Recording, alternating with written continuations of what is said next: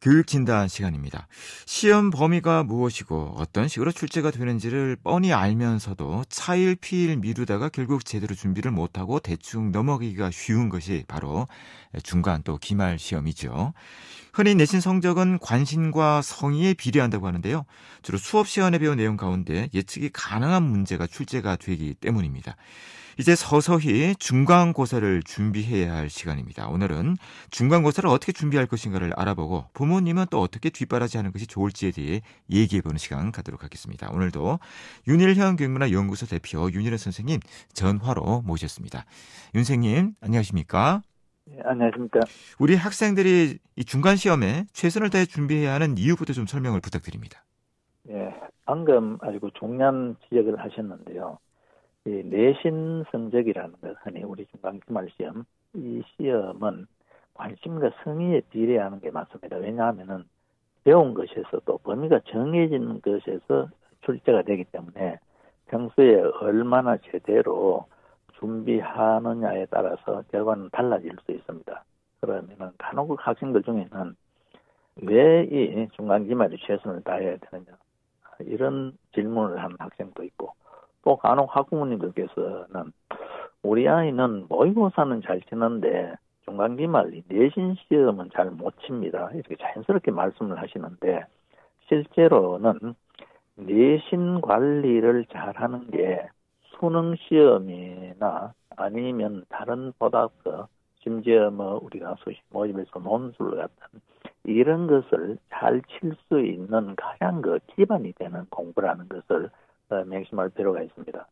그리고 또 우리 학생들이 왜 이 중간기말 내신 관리에 최선을 다해야 되냐면은 실제 이 중간 시험, 기말 시험은 학교에서 수업한 내용을 시험을 통해서 한번 제대로 정리하는 시간이다. 꼭 석차를 매기고 등급을 매기고 이런 게 중요한 게 아니고 시험 과정을 통해 배웠던 걸 쭉 한번 복습한다.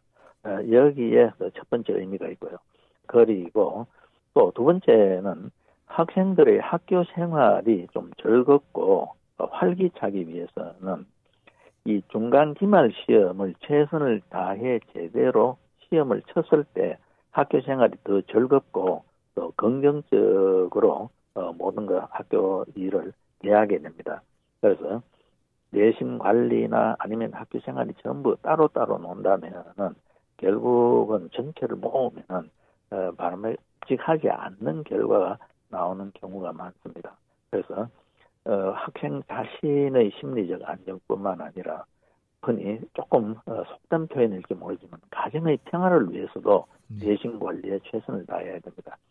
중간 시험을 좀 잘 치면은 또 기말 시험이 있을 때까지는 집안의 분위기가 좋지 않습니까? 예를 들면 중간 시험을 좀 망치면은 기말 시험에 잘 쳐야 할 텐데 하면서 이렇게 좀 불편할 수도 있습니다. 이런 것들을 우리가 좀 잘 생각을 해보면 좋겠고요.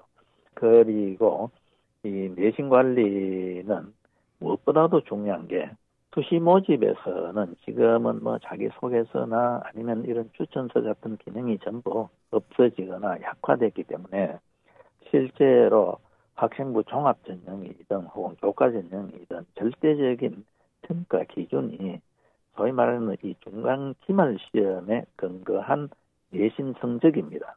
그래서 학교 이 시험을 잘 관리하면 심리적 안정 그리고 또 가족 모두의 행복에도 관여하고 또 결국은 내신 관리를 잘하는 학생이 수능 성적도 좋고 또 내신 관리를 잘하는 학생이 수시에서도 절대적으로 유리하다. 그러니 종합적으로 정리를 하면 내신 관리에 최선을 다하는 학생은 수시의 기회도 있고 정시의 기회도 있고 논술 등 기타 다른 전형에서도 결정적으로 유리하다. 또 서울대를 비롯한 일부 대학은 정시에서조차 내신 성적을 반영하기 때문에 모든 대입 관련 이런 데서 가장 기본이 되는 평가 자료라는 걸 명심하고 최선을 다할 필요가 있습니다. 네. 지금부터 중간고사를 어떤 방식으로 대비하는 것이 좋을지에 대해 좀 조언을 부탁드립니다. 예, 먼저 교과서를 정리한 후 문제집 등 다른 것으로 눈을 눈을 돌려라고 이야기를 하고 싶은데요. 많은 학생들이 가장 중요하면서도 시험 공부의 그 출발점이 되는 교과서와 그 내용의 심화 학습, 그리고 또 그 교과서를 바탕으로 한 어떤 그 노트, 이런 것들을 무시하고 문제집 풀이에 치중하는 경우가 많습니다. 이는 어떤 측면에서 봐도 가장 어리석은 방법이라고 할 수 있습니다. 학교 시험은 수업 시간에 배운 내용에서 출제됩니다. 그러므로 교과서와 수업 시간에 선생님 수업에서 받아 적은 노트를 등한시하고는 좋은 점수를 받을 수가 없습니다. 그래서 먼저 교과서를 여러 차례 반복해서 읽은 다음 교과 담당 선생님께서 평소 강조한 중점 사항을 철저하게 이해한 후에 문제집 등 다른 것을 풀어야 한다는 겁니다. 내신 성적이 좋지 못한 학생들 대부분이 교과서를 소홀히 하는 경향이 강합니다. 혹 배운 내용 가운데 수업 시간에 열심히 듣지 않은 단원이 있다면 그분들에게 물어서라도 선생님이 중점적으로 강조한 내용이 무엇인지를 미리 챙겨주는 것이 바람직합니다. 내신 관리를 제대로 못하는 학생일수록 이 교과서는 무시하고 학원 등에서 보통 자료를 내주는 이런 것에 의존한다는 걸 우리가 생각해야 됩니다. 그리고 이것은 꼭 내신 관리뿐만 아니라 공부에 일반적인 모든 공부에 적용될 수 있는 내용인데요. 이해한 후 암기하라. 굉장히 중요합니다. 전체 흐름을 먼저 이해하고 난 뒤 세부적으로 암기해야 합니다.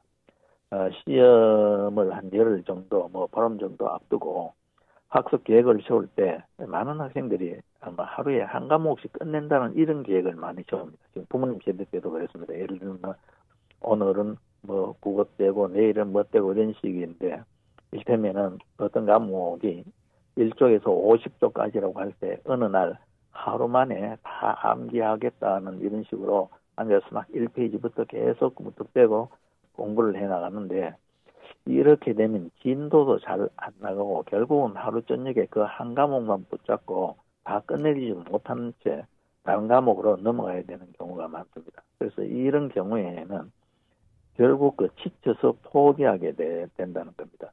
그래서 하루 한 과목 뺀다는 생각을 버리고 하루에 두세 과목을 동시에 공부하는 게 바람직합니다. 이를테면 특정 과목을 하루 6시간 내내 보기보다는 다른 과목을 한 2시간씩 나누어서 세 과목을 하고 이해 위주로 먼저 쭉 읽고 이해 안 되는 부분은 줄을 쳐서 질문을 해서 완전히 이해하고 그리고 치는 전 과목을 다 한번 보고 난 뒤에 다시 또 반복해서 한번 읽고 다시 볼 때 처음에 못 느꼈던 것을 느끼게 되고 또 어떤 질문도 떠오르게 되고 심화학습을 하게 됩니다. 그래서 특정 과목을 예를 들면 10시간 동안 한번 보는 것보다는 3시간씩 나누어서 3번 보는 게 훨씬 더 바람직하다는 걸 한번 생각해 보면 좋겠습니다. 그리고 중간고사를 대비하는 과정에서 철저하게 처음에는 이해하는 것. 이해 위주로 쭉 시험 범위를 읽고 몇 차례 반복하고 난 뒤에 필요한 것을 암기하고 이런 식으로 접근하면은 좋아진다는 겁니다. 이해 위주로 읽으면서 조금이라도 심적거나 이해가 안 되는 게 있으면 체크해서 친구들이나 혹은 교무실에 가서 선생님께 질문하는 이 습관을 가지는 게 중요합니다. 그리고 요점 위주의 공부를 경계하라. 요점과 급소를 따지는 공부는 굉장히 위험합니다.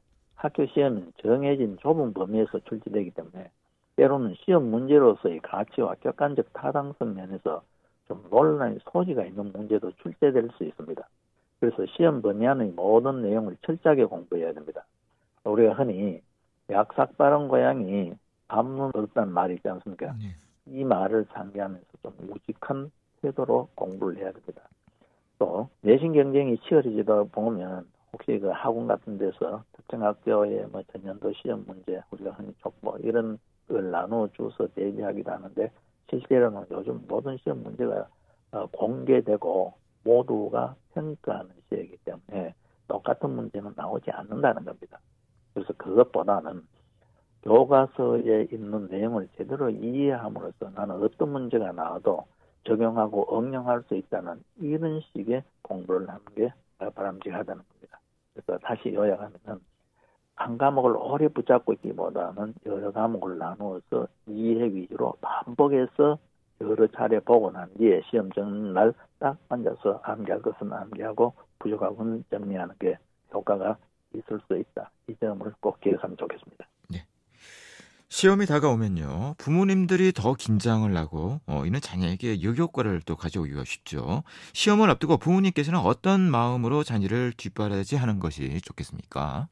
예, 우리 부모님들이 오해하시는 것 중에 하나가 자꾸 간섭하고 묻고 따지듯이 하면은 이 아이가 그 긴장해서 열심히 하는 게 아니고 짜증을 내고 자꾸 그 이야기를 꺼려한다는 것을 알아야 됩니다. 그래서 저는 이 시험이 다가올 때 불안감을 조성하는 부모님은 최악의 부모님이라는 생각을 하는데요. 이 격려와 악담을 구별하지 못하는 부모. 아직까지도 이 꾸중과 간섭이 학생을 분발하게 하는 특효약으로 생각하는 부모님이 계십니다. 이 부모나 교사의 별 생각 없는 말 한마디가 어린 학생에게 굉장히 좌절감과 이 상처를 주는 경우가 많다는 걸 기억을 해야 됩니다.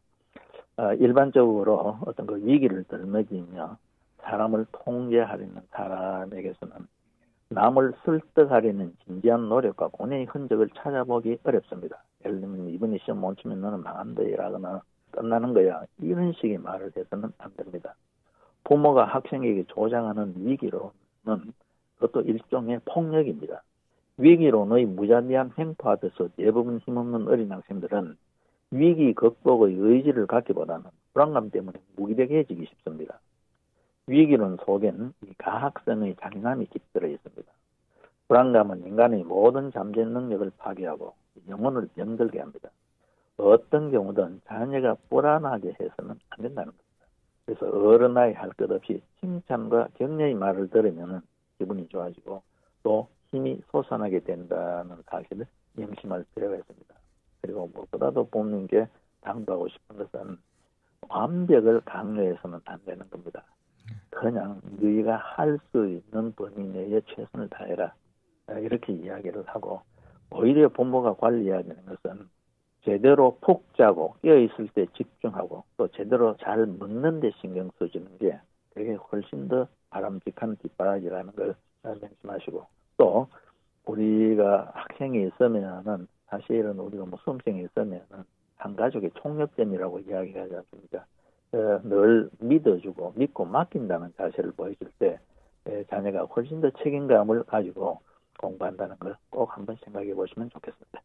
네, 오늘 말씀 대단히 감사드립니다. 네, 윤일현 교육문화연구소 대표